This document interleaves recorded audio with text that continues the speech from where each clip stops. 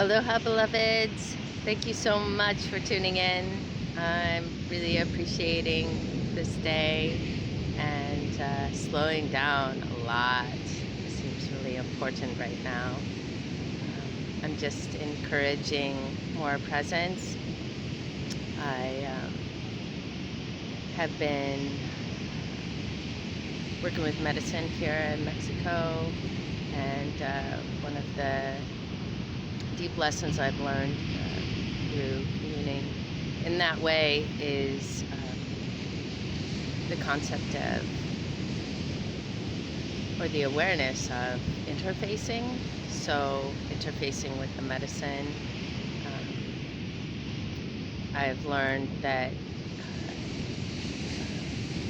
how we interface with life really determines how we experience life. And of course I feel like we know this on a very conscious level, but unconsciously we have these programs within us that are deeply ingrained. That's what would be called the shadow unconsciousness that sabotage us. These old programs, like for example, feeling not valuable. And so that deep unconscious or conscious, but a lot of times it's unconscious, not feeling worthy will determine who shows up in our life. And usually those folks are there to show us that what's happening inside is that we're feeling unworthy. And they'll exemplify that to us. They'll show us that as a sacred mirror. And it's an opportunity for us to notice that if we slow down enough and really have presence with it and not get offended, because that's what our ego wants to do, is get offended. And actually take it as an opportunity to be taught something. So it's important to remember that we are creators. We're creators of our reality, and the hologram program starts within. Where everything that we experience outside of us is created from within. We're the source of our experience, and things may happen to us that seem like out of our control or happen to us, but really they're happening with us because we're interfacing with life. And if we can look at it more of like a co-creation, and how can I shift my attitude towards this? How can I shift my vibration? How can I interface with this experience in a way that allows me to integrate it and deepen my experience and enjoy it, really enjoy it.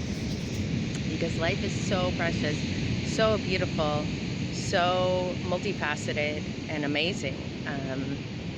We can't always be in joy, of course, enjoying all of it. It's hard, it's super hard, super challenging. There's so many things that are so painful, seemingly painful to us, a sense of loss, a letdown of expectations.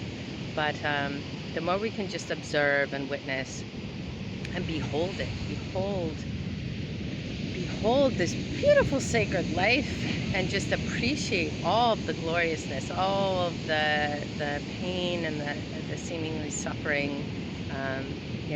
The suffering comes when we get upset about the pain that's happening.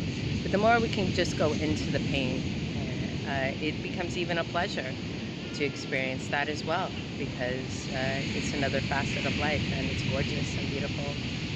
And so I'm just encouraging for more presence,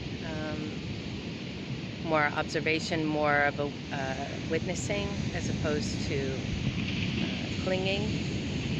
And it really comes down to practicing that meditation and following the breath.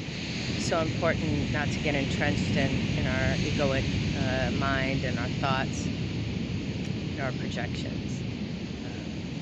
yeah, I've been revisiting the Four Agreements again, that beautiful book that's so simple yet so impactful, and it's really important to remember. So I highly encourage you to read the Four Agreements if you haven't yet. I'll put a link to the book in this video, and yeah, it's really beautiful, and I welcome any comments from those folks who have been working with that material and may have lessons they'd like to share with others. It's really important that we support each other at this time. This spring equinox was in Aries, and it's really fiery. We're in Aries season now, and the sun is in Aries, and the next 3 months it's going to be really intense, you know, times for all of us. And the more we just continue to come back to our breath, you know, every time I sit up with medicine, it's challenging, you know, it's really, really challenging, and I wrestle with my mind, and my body feels weird.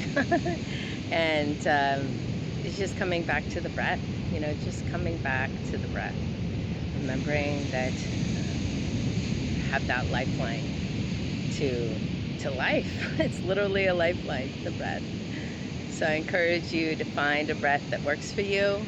One that's been really helpful for me is the square breath, and you take 5 breaths in and hold it at the top for 5.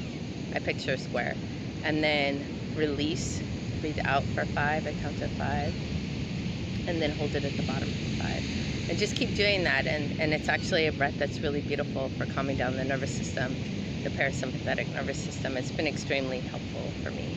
So I hope this message finds you well, and you're feeling very, very blessed on this beautiful, precious day. Life is such a gift. Thank you so much. Aho, aloha.